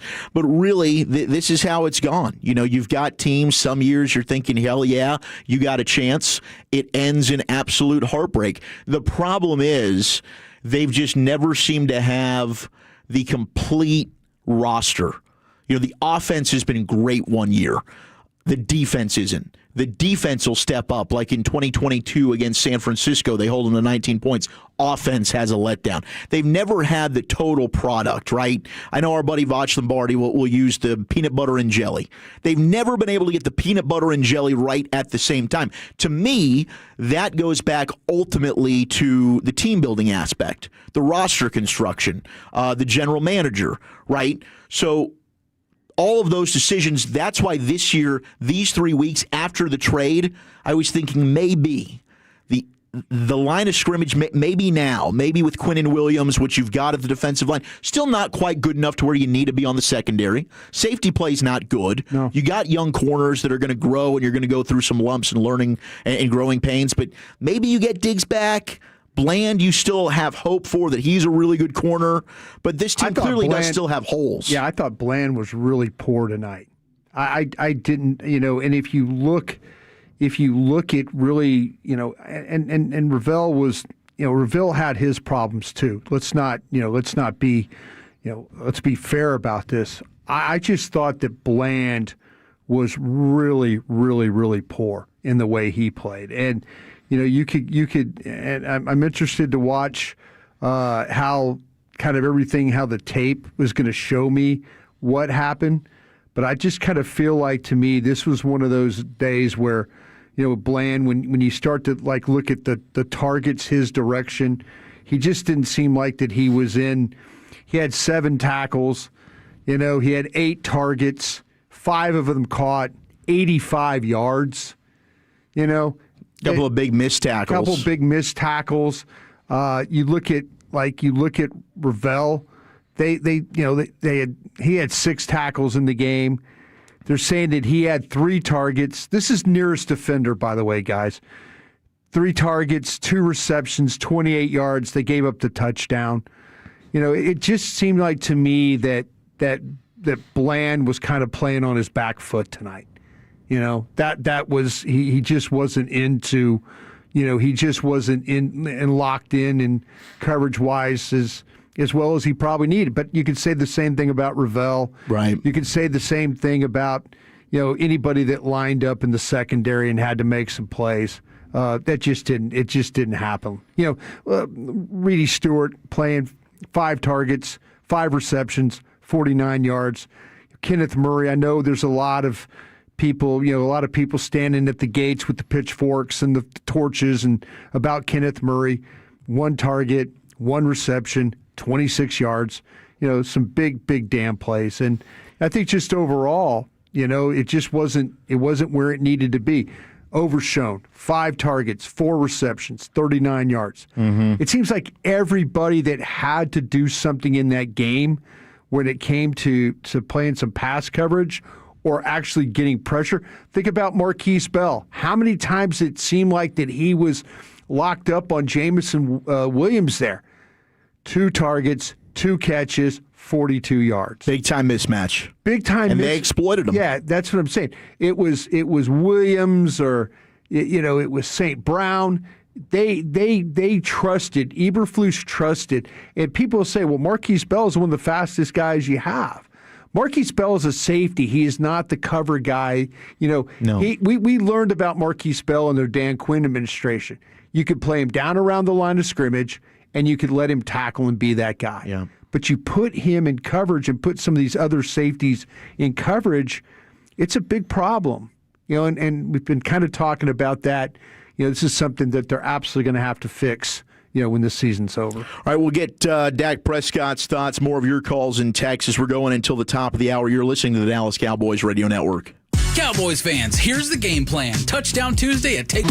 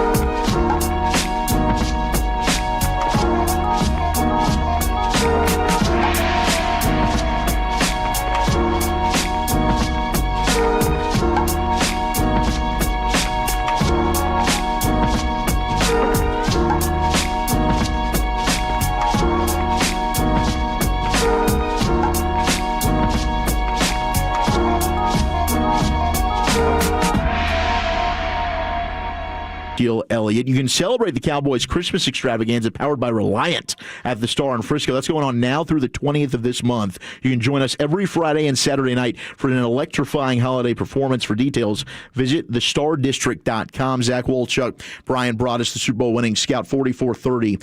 Cowboys lose to the Lions here on Thursday Night Football on the official postgame show of your Dallas Cowboys. Let's hear from your starting quarterback, Dak Prescott. Clarence Hill, the Dallas Cowboys. Dak, we talked earlier because you guys had to win out. How do you look at your playoff chances now as well? Yeah, I mean, obviously the rest of the teams will play this Sunday. Some things will factor into that. At this point, I don't know if I could say we control, you know what I mean, like our own destiny. I know it was not a stretch saying that before, but pretty sure, right, if we won out, like we were going to have a pretty damn good record, only having, right, 5 losses, 1 tie. Adding the being 6-6 right now, 6-1 with what, 5 left now? Yeah, I'm pretty sure, especially with just the way some of the divisions are shaped, the North, the West, we're going to need some things to happen for us. So I don't think it's in our control at this point, but what we can do is control the way that we approach this game, And I think that's just led by the pride, the love that you have for this game, the teammate, this organization, hell, your opportunity to play this game. So that'll be my message to the players, and I think if we do that, we'll still give ourselves a chance. Did George have the same energy tonight, and what did they do to take it away in the second half? So I was thinking that. Yeah, I mean, I'm sure George will tell you it wasn't his best game. And, you know, when CD got out of the game, told him he needed to step up, he made some catches, right? Made the catch right there to put us down there at the one on the fourth down. He made some plays. Now, to George's standard, that's tough. When you're playing the way that he's played, when you're the type of player that he is, I'll be the first to say it's hard to do that week in and week out. But I think George can. I know George believes he can, and I think he would just say that this game wasn't up to his standard. And I'm sure he'll own it, and I know he'll be better. Jack Dollar for ESPN, 4 games in 18 days. You have to spend a lot of emotion in a lot of different ways. How do you make sure that this isn't a deflating night for you guys with 4 games to go? I mean, I don't think that's something I've truly got to make sure of. I mean, Shadi does a hell of a job with the messaging, controlling the temperature of this team. We've got great veteran leaders. I think guys are pissed off right now. I don't think this is any deflated moment like, oh, hands are up, we're done. You know what I mean? Like, no, like, absolutely not. I think you're going to get a team that's pissed, especially as we talked about, right, a team that's kind of changed since the bye week. This is the first time this group, to an extent, suffered this. So I hope it pisses people off the right way. We use it as fuel. And I know, starting with myself, we'll make sure we have a great week of prep for next week. I don't know who to play next. I'm sorry. Go ahead. How are you, health-wise? How are you? It looked like you took the sack there and St. Terrence fell with your leg. How you feeling? I'll be sore, but I'm fine. Nothing major at all. Just, yeah, you said took some hits and bumps and bruises, but I'll be completely fine. There's Dak Prescott after a 44-30 loss to the Lions, and George Pickens, Joseph Hoyt, our buddy at the Morning News, asked Pickens. Richard Sherman went off on him in the postgame show on Prime, saying that superstars can't disappear. Joseph Hoyt asked him about that, and Pickens said on his standard, quote, "For myself personally, you can't just disappear." He added the Lions scheme made things difficult for him, but it opened it up for others. He said, quote, "It just didn't go our way tonight." Yeah. From George Pickens. Yeah. 877-881-1053. We've seen him play great. We've seen him play great when teams try and take him away. And, you know, matter of fact, you know, it was a stat I looked at. I've got to look it up, you know, maybe a little bit later on. But, you know, people say, well, Pickens is making plays because Lamb is opening it up for him. Well, it's quite the opposite. Pickens is the one that's receiving more double teams than Lamb. You know, when you look at it overall, you know, yeah. and it not that these guys get doubled a lot. No. But George Pickens tonight, we've seen George Pickens play at such a high level for 12 games, you know, 13 games. And unfortunately tonight, you know, and this is what's sad about what Dak said about everybody being pissed off and being ready and all that. Man, it sounds so hollow right now. It sounds it sounds so meaningless and hollow, and it's things that we've heard before. Yeah, it just sounds like where was the team? Why wasn't the team pissed off and like all that during the game? And why weren't you playing that way? Yeah, why are you coming out and always surrendering points on the first drive on defense? Why are some of the things that's happened to this team still happening? I mean, the last 3 weeks, you know, things have been better. They found ways to win games, and you know, at times against like Philadelphia, they played really good defense, and Kansas City, they got some stops. But man, you know, it's just so disheartening that you should have played like a pissed off team tonight. Yeah, and you didn't. No, you didn't. You got outplayed. You got outcoached. You got outplayed. You got outcoached. Some of your best players didn't show up. You know, when you needed them to show up. You know, this is one of those losses that, you know, you talk about things like, oh, well, the culture, it's changed. It's this. No, man. That's still a terrible damn loss. No, this was a game. If you win it, then maybe it is. Yeah, I mean, it's keeping us believing that. Yeah, you're making everybody, including yourselves. Now you're like Dak's trying to answer a question like, well, I don't know. I don't think we have our own destiny in our hands, and you know maybe and this and that. crap, go out there and win a game. Go out there and win tonight and just keep doing it. And then now you're in a situation where it's like you're in but this team can't win on the road. They didn't take advantage of a team that was very compromised in a lot of positions, and they let that team just be better than them tonight. Yeah, and credit to the Lions, but the Cowboys had a lot of self-inflicted wounds. They self-sabotaged themselves a lot. The Cowboys had a lot to play for tonight and play like crap. They did not play well. They didn't play well at all. On all three sides of the football tonight, all three phases. We'll try and rip through some of your calls and texts here in just a moment, just to answer some of these texts coming in. 469. Rico Dowdle did not have 1,000 yards in his first year. He did have 1,000 yards rushing last year. That's what that stat was. From the 817, asking about defenses. Yeah, that 2022 defense, I believe that's when they went 4-1 with Cooper Rush, and their defense was getting a bunch of defensive scores. They were holding teams. That defense was legit, I thought, in 2022. They were among the league leaders in sacks that year. In 2007, the defense was pretty good as well. Unfortunately, you lose to Eli Manning and the Giants that year. Those two. In 2009, the defense was good. You had Anthony Spencer have his career year, and then Favre just absolutely obliterated you with Sidney Rice with 3 touchdowns in the divisional round of the playoffs. 903, we've definitely put a lot of blame on Ferguson. We've mentioned it multiple times, so we haven't let him slide just because he's on our radio show on the G-Bag Nation Weekly. So in the 717, you're right. I don't remember a Cowboys team that didn't have a bunch of penalties. This is a Cowboy problem. I don't know that it goes back to coaching. I've never in my life witnessed a Cowboys team that it seemed like they weren't up there in the top 5 in the league in penalties. So that I don't have a reason or a justification for you on that. All right, we'll try and do some speed rounds. Get your thoughts prepared, okay? We've got an abbreviated post-game show here, so I'm going to try and get to all your calls. I appreciate everybody calling in, but we need you to be short and concise. We'll get to you and more audio. Dallas Cowboys football will continue in a moment. Get ready for the most electrifying holiday event, the Cowboys Christmas Extravaganza.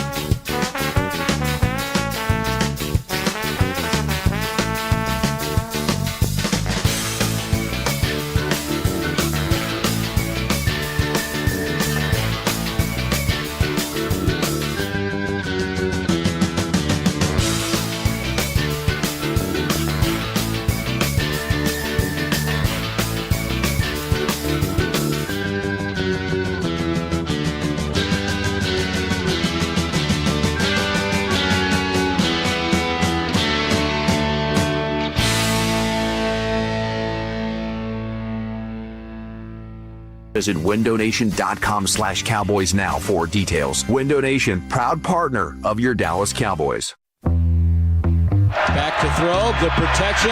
Deep down the right side, Flournoy all alone. 15-10. Walk your puppy dog into the end zone. Yep, that was our what a play of the game, Ryan Flournoy. Hey, that's a bright spot. Just telling you since preseason, Ryan Flournoy's a dog. 9 for 115 and a touchdown. Played well tonight.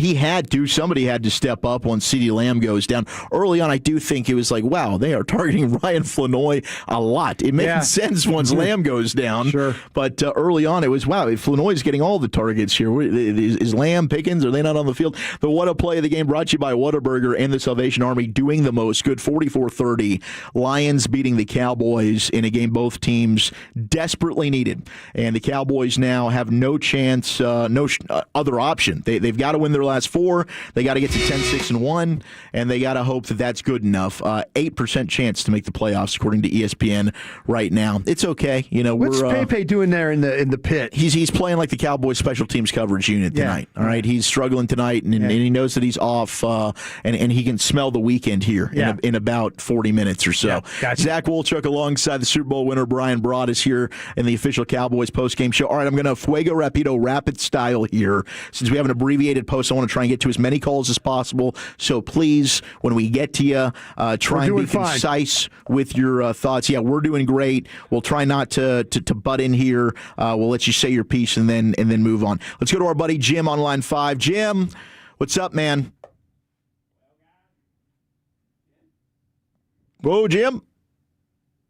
Hold it tight. Let me tell you something. I started my Crown Global Media hat about 8 or 9 times tonight. And you know what, fellas? It was before the plays were ever run. Sure. It was when they was lining up on offense, continue to line up in bunch sets, line up on defense, only putting 4 down. Well, I will say I was really pissed off. And I guess we can say that word on the radio, but I was really pissed off. The special teams has sucked this year. Sure. Besides Brandon Aubrey, and look, Sorensen, I don't know what the hell he's doing, and that's a very frustrating thing. Very disappointing tonight. Very disappointing. I think Pickens is hurt, fellas. I think that knee's bothering him. I think that's part of it. I think you got a lot of guys out there playing hurt. I think Blandfoot's hurting him. So, anyway, I'll shut up and let everybody else talk. Love you, fellas. I'll talk to you, I guess, tomorrow afternoon. Yep. We'll talk to you tomorrow. We love you, Jim. Thanks, Jim. And hey, I mean, that could be. George Pickens definitely did get hobbled last week with that knee. Yeah.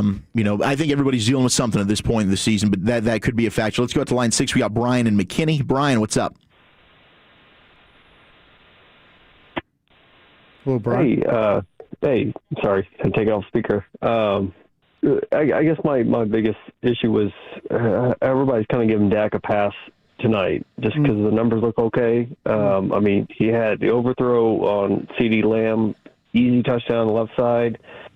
The pass interference that CeeDee got, he underthrew that by 3 yards. The pass to Pickens right before CeeDee got hurt, he overthrew that into the easy end zone.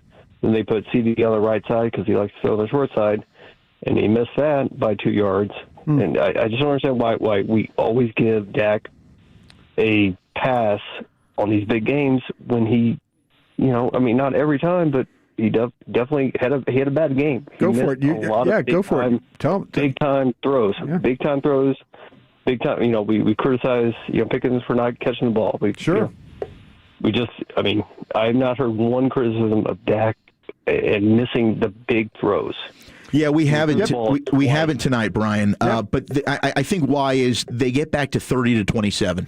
Yeah. Like offensively, Dak was under duress tonight. I said it to Brian during the game. I didn't think that he was totally on. The accuracy was not as good as we've seen it this year. He made a good point. Yeah, you're right. He did. He did miss some. The miss to CeeDee was big. Like that was a touchdown if he just puts that thing catchable. Yeah. He throws it inside on that one to Pickens that was almost intercepted. Probably needs to go outside, right? So I don't think Dak was his best, but he did find a way to battle back and get them with a chance to win. There's 9:52 in the fourth quarter. they rally to get within 3. Yeah. And every single time, Dak is finding a way to get them back in the football game. And then they have to kick off. Right. So I don't think there's any player that is more scrutinized than Dak Prescott. I'm not going to just bash him after every single loss. Could he have been better tonight? 100%. Yeah. But I didn't think Dak was your biggest problem. I think he's saying in big games. I think he was making the big. And that's fair, yeah. right? I mean, the playoff stuff we've talked till we're blue in the face about. Sure. And it would have happened the same thing if they had have won out if they win this game tonight, it would have been the same thing come playoff time, right? Sure. Dak's got to prove that he can perform in the playoffs. No question. I would say the last 2 weeks were big games. And Dak stepped up and played, I mean, last week especially, played phenomenally well. So the narrative he just sucks in every big game, I think, is exaggerated and overblown. But certainly tonight, you needed him to be perfect, probably, and he wasn't. And he missed some plays that he probably will want back. So you're right. He does deserve some scrutiny and criticism for tonight as well. But I think the main point of why, at least I didn't come out here and I wasn't putting blame on 4, was, look, they did. Offensively, they got themselves within 3 points. And defensively, they could not get a single stop to help them win that football game. All right, let's go to, we've got Harrison in Mesquite, line 1. Harrison, you're on the official postgame show of the Dallas Cowboys. Yeah, guys, simply the body language and energy from the start of the game was a huge problem for me, for all players, not just Pickens. The snowball started second quarter when Dak threw the pass, the backwards pass. That's where the fumble occurred to Ferguson the next play. Turpin, I don't know if he realized he's supposed to fair catch or run the ball. Special team killed us. And we 6-1. We would be that way if we had, a Pro Bowl second team running back. I didn't understand that guy point. Who remember the running back last year for Philadelphia when Saquon ran for almost 2,000 yards? Come on, man. I don't understand his point. We got to pay the wide receivers. You got to pay Lamb. You don't have the money to pay a second-team running back, so you get the scraps. That's all I got to say. Appreciate it. Thank you, Harrison. That opens up a line. Let's go to Brian in Buffalo on line 2. Brian, how you doing? Hey, guys. Thanks for taking my call. Hey, just a couple things. First, any advice for a Buffalo fan or a Cowboys fan in Buffalo, New York? It's kind of tough. Bills are crazy right now. Second thing, would you guys pay George Pickens? I know hearing from Steeler fans, I feel like they're kind of questioning his effort, and today I kind of saw that. I'm going to hang up and hear what you guys have to say. Thank you. Appreciate it, Brian. I mean, all you've got to say is, do you remember 92 and 93? You remember back-to-back? I mean, you own them. So Buffalo fans can't really say a damn thing to you as a Cowboy fan, Brian. I do think I'd still pay George Pickens. Like, we live in prisoner of the moment sports radio here. Sure are. George, this is the first time in how many games now that we've seen this from George, and this is going to happen probably throughout his career. Yeah. He is going to have nights like this where whatever it is, mentally, he's just not into the game. It's a shame, though. It was such a big game. Oh yes, the timing of it is awful. Yeah, but like I said, the same thing happened with CD 2 weeks ago, and I defended CD. Yeah. So I'm not going to be a hypocrite and not defend George in this moment where I think if CD stays, he doesn't get hurt. CD has a historic game tonight. CD was unguardable. I think CD's going for 200+. Oh, no question. Maybe they find a way. Well, they probably don't find a way to win because the defense could never get him a stop. Never could. But that's where you want both. Right? If Pickens is down, CD's capable of going off, and vice versa. Yeah. So I'd still pay him. I do think that this is, when you're the Cowboys, it's certainly a bargaining chip when you're talking with the agent. Look at this game. Look at what happened to you in Pittsburgh. Maybe it is something that other teams would fear, right? So maybe that helps bring the number down a little bit. I don't know. But to answer the question, yes, I want as good of a roster as I can get. We can't look over and say, how'd the Eagles get to 2 Super Bowls in 3 years and win 1?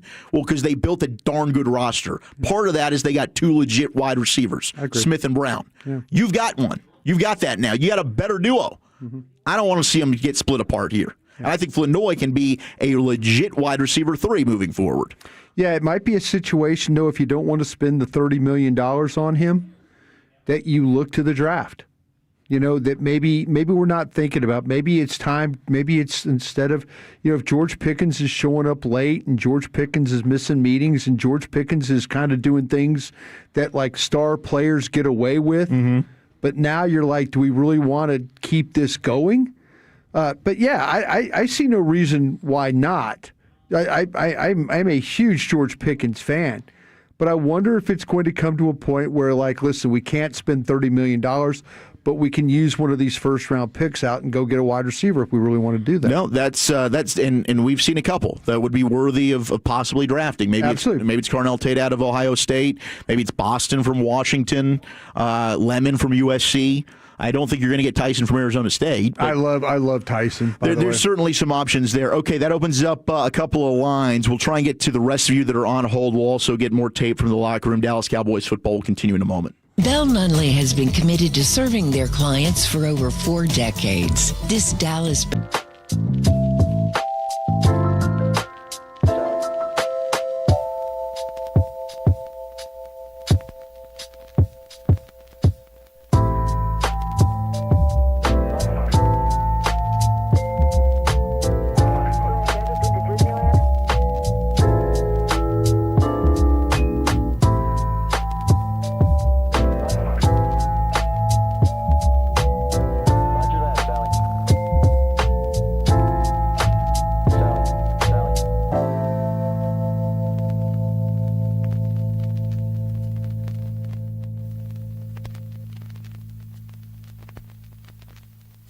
Roger that, Sally.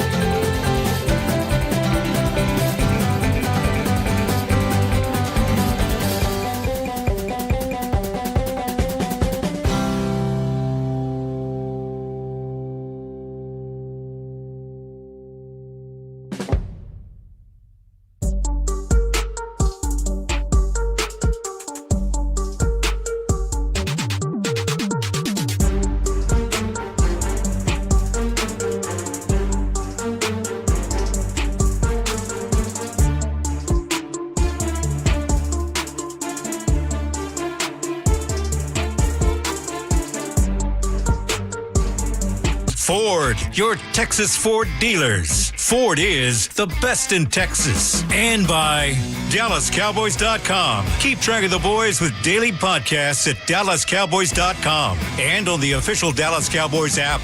And the kick was blocked at the line of scrimmage. The Cowboys blocked the field goal. And they will get a short field. Let's see if that's a game turner with the Lions leading 27-16. That is our defensive stop of the game, brought to you by WinStar. As the casino of the Dallas Cowboys, WinStar delivers thrills worthy of America's team. With over 10,000 of your favorite electronic games, the two-story WinStar Spawn cascades their luxury pool complex. WinStar is a world of wow. Please game responsibly. That ended up being really the only stop. It was the only stop the Cowboys had the entire second half. Yeah. From just under the 8.5-minute mark of the second quarter. Yeah. Otherwise, the Lions got a field goal or a touchdown, or it was the end of game where they kneeled it out. That was the only time the Cowboys kept the Lions from getting points on the board. Sam Williams, third blocked kick of his career. Cowboys have 6 blocked kicks since 2023. Sam Williams, 3 of those 6. Sure. So he's certainly he's been good in that department. 44-30 Lions over the Cowboys. Zach Wolchuk alongside the Super Bowl winning scout Brian Broaddus. Speaking of the defense, let's hear from Quinnen Williams after this disappointing defeat. Quinn, just talk about the mood in the locker room after that loss. It's always going to be a little down, especially after a loss, especially after we're having so much success winning the last few weeks, and we took a loss this week. It's going to be down, but everybody accountable, man. Everybody hold each other accountable. Everybody going to watch the film and get better and fix the things we need to fix. So I know you guys, like you said, do need to go back and watch the film, but just in real time, was there anything defensively that you guys saw that they were presenting offensively that were kind of giving you guys some trouble? Like you said, I got to watch the film. But as a defense, man, we way better than 44 points. Man, we got a great defense, got a great defensive line, and we just got to do our job to the best of our ability and execute to the best of our ability and just make more plays, especially in that defensive line room. So, because we got the ability to do it. So, does it make it harder with how well you all have played the last couple of games to swallow this too? Because you guys have been playing really well on the defensive side. Yeah, anytime you lose, especially putting up the points that they put up, it's pretty hard pill to swallow. But we got the guys in the defensive room who's going to watch the film, take constructive criticism, take accountability, and never let it happen again. So it's one of those things, like you say, we got a hard pill to swallow and get it fixed quick. So I hope they do, because certainly tonight, as Quinnen Williams said, hasn't been good enough. And I expected him and Osa and Kenny Clark to really have big games inside against a Detroit Lions interior offensive line that had struggled, but unfortunately not good enough tonight. All right, back to the phones, 877-881-1053. Again, going to try and go as quickly as possible here. Let's go to line 9. We've got Justin in San Antonio who's been waiting patiently. Justin, you're on the official postgame show of the Dallas Cowboys. Hey, Zach Broaddus. Appreciate you taking my call here today. Just a couple of questions here. I know we've been kind of fighting off draft talk. I got a couple of potential draft questions here. Number one, it's maybe an overreaction. I think the stat was like the Lions had only had 4 pressures in the last 4 games. Today they had 5 sacks. 4 sacks. Yeah, 4. Yeah. Are we potentially looking at drafting another tackle in the first round? Is my first question. Secondly, Jake Ferguson, I mean, he costed us potentially 14 points in the game. First time was the fumble. When he fumbled, we were at about midfield. Who knows who's going to score? We could maybe not, but that could have been a potential score. Secondly, that the offsetting penalties where we could have had the ball to hands to the face. Yeah, hands to the face, exactly. Yeah. When Pickens had the pass interference in the end zone. Is tight end a sneaky need that we're looking at in this draft, maybe in the first or second round? Appreciate y'all taking my call. Thanks a lot. Oh, wow. I've only watched one tight end in the draft. Sadiq from Oregon. I got him in the second round. Mm-hmm. Yeah, I don't think they'd be looking for a tight end. They like Brevin Spanford. I think that's your tight end too. Yep. And Ferguson's under contract. So, I mean, maybe at some point they'd look at a tight end, but I don't think that they're going to be looking at it high. Spencer Fano, if you want a right tackle, that's a plug-and-play guy that I think's a star. Pronounce our guy's name from Miami. Oh, my gosh, I can't. Malagua? You might have nailed it. Malagua. Guard, tackle, flex. Then there's Proctor at Alabama. Yep. And then there's the other Utah tackle. Lemieux. Yeah, Lemieux, I think, is right. Lemieux is and he's the left tackle. Yeah, he's the left tackle. So, I think they're always looking at offensive line. But you drafted Tyler Guyton. I think that's your starting left tackle. And I think right now, if you move on from Steele, it'd be Nate Thomas taking the right tackle spot. But certainly, I don't think you can ever count the Cowboys out from taking an offensive lineman. Let's go to line 3. We got Matt in Fort Worth. Matt, what's up? Hey, guys, you there? Yep, we're here, man. Hey, man, a couple things. first off on the game, I think you were just out-coaching all three phases. Special teams was a joke. Offense, 2nd and 10 runs, we got to go away with these things. I mean, they're so predictable. And then on defense, Marquise Bell on Jamison Williams is a crime. I kind of want to pivot to what the last caller said about the draft. I mean, the past 4 years, you've wasted so many top 100 picks on guys that just aren't NFL players. And at some point, I'm wondering, when does the scouting department kind of have a shift in philosophy? We don't value safety. We're obviously, we're relying on our safeties late in the games to make plays. They can't make plays. We're taking guys that are coming off injuries, which, I'm a Rebel fan, but at the end of the day, that's a top 75 pick that, you don't like the player?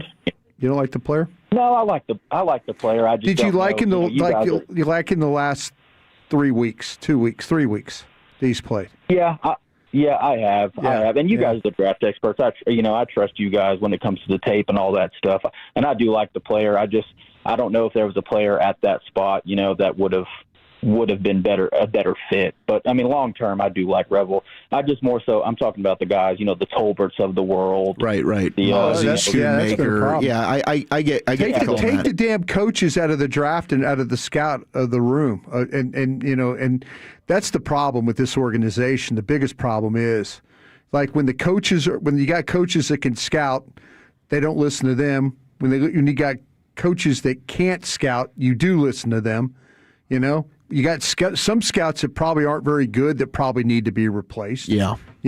I mean, listen, let's be fair about it. The problem is Will McClay has to deal with the Joneses, the coaches, and the scouts. He is in a very, very difficult job, and I'm not defending him because of that.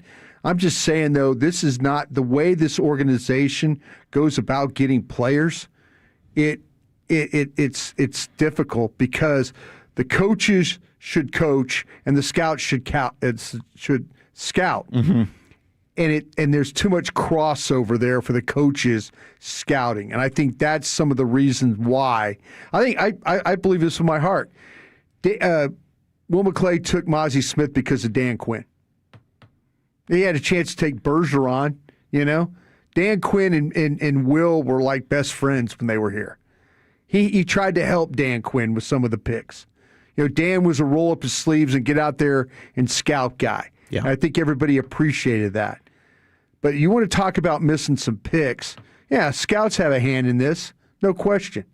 But also the coaches had a lot of hand in this as well. Yeah, it's a lot of coaching input, and I think more often than not that has proven to not be a good thing. Way too much. We're gonna go ahead and I think the scouts had more of the hand in the draft this year, and you're seeing, I believe, 3 picks. I think Revel's going to be just fine. The first 2 picks look great with Booker and Ezeraku right now. That's looking awesome. All right, let's go to Mario in Dallas. Mario, what you got? Oh man, y'all are answering all my questions. I was going to ask you about the draft, Mr. Broadus. I was going to ask, with the 2 first-round picks that we got, how would you use them for next year's draft? Because I'm already looking for next year, man. Because after this game, it looks like the playoffs are out the game. But I like the culture that the coach is building and stuff like that, and I'll just go from there and listen to what you do. What do you think? I mean, I'm looking at defense. All the way? I mean, I would love Caleb Downs by any means necessary out of Ohio State. I'm hoping a safety slides. I'm hoping the rest of the NFL says we're not taking a safety in the top 10, and he can find a way to get to you. You like any of these linebackers? I love Sonny Styles from Ohio State. Do you like any of these edges? I need more work on the edges. Arvell Reese is really, but I mean, I would take David Bailey. Yeah. I like David Bailey from Texas Tech. Did you watch Howell from Texas A&M? I haven't seen Howell yet. You need to watch him. And I worry about them thinking he's got too short of arms. Yeah, well, the players play. No, I'm with you, but they have weird things with these measurables. Yeah, I'm with you. Like some of the corners we love, they're not even going to put them on the board because they're too short. Yeah. I like Styles. I think Styles and Allen both are second-round players. I think I got 13 first-round grades so far. Yeah, C.J. Allen at the end of the first 14. maybe. Yeah, I got 14 first-round grades, and I haven't looked at a quarterback yet. That's not bad. So we'll take that. That's where we're at. All right, let's put a bow on this one. We'll give our player of the game, and if we can, we'll try and get to Paul and Dave. If not, we love you, and we just ran out of time. That and more as you're listening to the Dallas Cowboys Radio Network. Window Nation, the star of window replacement and proud partner of the Dallas Cowboys.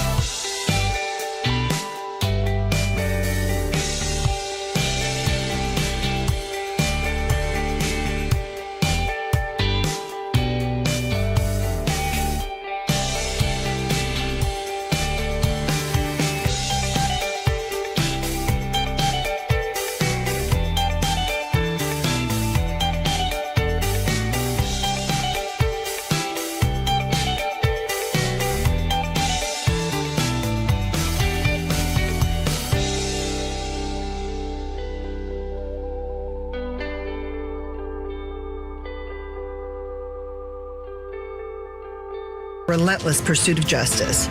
Choose Barberi Law Firm for a masterful defense. Call 682-LAW-STAR. At the 47, this is 63. You talk about confidence in your kicker. Butter, 63. Snap, kick. On the way, the kick is good. It's buttery good from 63 yards. Shout out to Brandon Butter Aubrey. That's our player of the game. 5 for 5 on field goals tonight. Reached 100 career field goals, tying Harrison Butker as the fastest players in NFL history to reach 100 field goals. First kicker in history to hit 3 field goals of 55-plus in the same game, and he made that 63-yarder in the third quarter. His third field goal from 60-plus this year. That's the most 60-yard field goals in a season in NFL history. He's got 6 career makes from 60 or more. That also extends his NFL record. Oh, by the way, also had a tackle on special teams how about that? tonight. So there is our player of the game. And here was Brandon Butter Aubrey. How would you describe the dejection in the locker room after not being able to get it done tonight? Yeah, I think you can feel it a lot quieter. Don't know how to put words to it, but it feels like we left one on the table there. Feel like, we'll watch the film back, but going 3 turnovers is not a recipe to win the game. So can't blame anyone but ourselves. Just gotta watch the film and correct it for next week.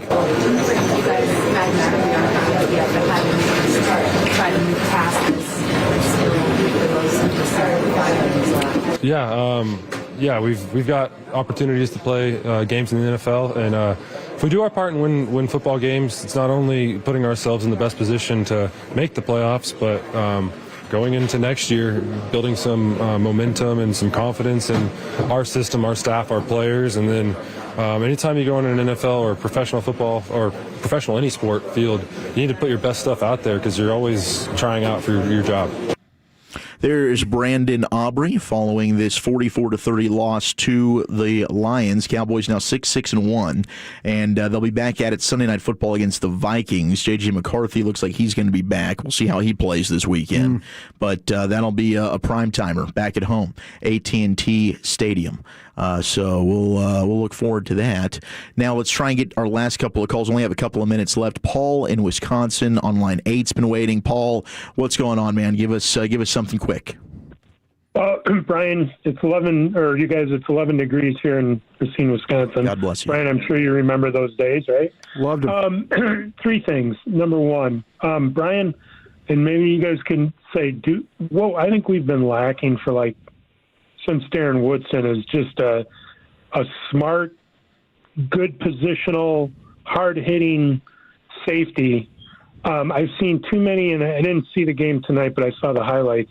It seems like anytime a running back, and this has been a while now, gets past the line of scrimmage, we have either the DBs are out of position and they don't tackle. I can remember back to the San Francisco playoff game in Dallas where Deebo Samuel, and this has just been a consistent theme in my eyes, anytime he got in the flat and he 30 yards and he scored. Yeah, I agree with you, Paul. I think safety has been a massive problem. Sorry to cut you off, but we are very up against the time. But yes, safety's been a problem ever since Darren Woodson, 100%.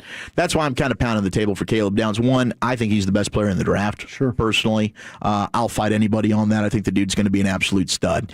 But I think he might go way too early. He might not have a chance to go get him, and I don't know that I want to give up 2 picks to go up for one player. But he is that type of, to me, special safety that is a field general that has range, that can come up and hit. He'd be incredible. All right, let's close it down with Dave in Arizona on line 10. Dave, what's going on? Not a whole heck of a lot. You're on the money with Downs, number 1. Number 2, don't anybody ever try to debate Brian Broaddus because you're going to lose. You're going to get drugged. You're going to get dog walked. I'm not happy about the loss. They fought back the best they could. The defense definitely needs to step it up in the back end, in the secondary. Yeah. That's all I got to say. I'm out. Bye. Appreciate you, man. Thank you, Dave. I appreciate it. Yeah, I mean, I do think there's a lot of work to do. You got some young pieces. Yeah. Carson, Revel. We'll see what happens with Diggs. I have no idea what to think.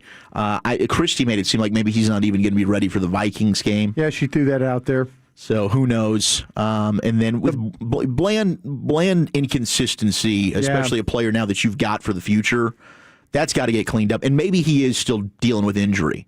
But if you're going to be playing, it's not an excuse. Yeah. Everybody in the NFL at this point, and I get, hey, you're playing, 4 games in 20 days, 17 days? That's what Christie told. Yeah. This schedule is brutal. Yeah. I thought they were poor in all 4 spots. The 2 corners, 2 safeties. Today they were bad, and they've been bad at safety for a while. Yeah, and the nickel they were bad today. That's certainly an area that they've got to get cleaned up. All right, so as I mentioned, next week back home, Minnesota, we'll have pregame coverage starting 4 o'clock-ish on the flagship 105.3 The Fan, Dallas Cowboys Radio Network. Postgame again will go until 1 a.m., and that's a game you got to have. It's a Vikings team that's reeling. They've had the Vikings number for the most part, they have. I will say, and you're going to be playing against most likely a quarterback that's not a rookie, but he's going to be making maybe his 7th start, if memory serves correctly. But still, Justin Jefferson, stud, really good player. They've still got some good weapons on that side of the ball. And, oh, by the way, Aaron Jones, who is a Cowboy killer. Yeah, he is. He's on that football team. So we'll be talking about that and breaking that one down. Big thank you to Peyton Russell, as always. Of course, Kevin Walker, Dylan Moore, Chet Nelson, Douglas Barraclaw, and Master Control back at the Star in Frisco. Of course, Gavin Spittle, Tim Collins, appreciate you. Everybody that's been a part of this one, all the calls and texts. This did not go the way that we wanted it to tonight, okay? Can they win out? Can they get to 10-6-1? It might not be enough, but that's what we got to hope for. Brian Broaddus, Zach Wolchuk, until next week, hugs and hand pounds, everybody. Dallas Cowboys football will continue in a moment. Don't fumble your wax routine. This season, not only are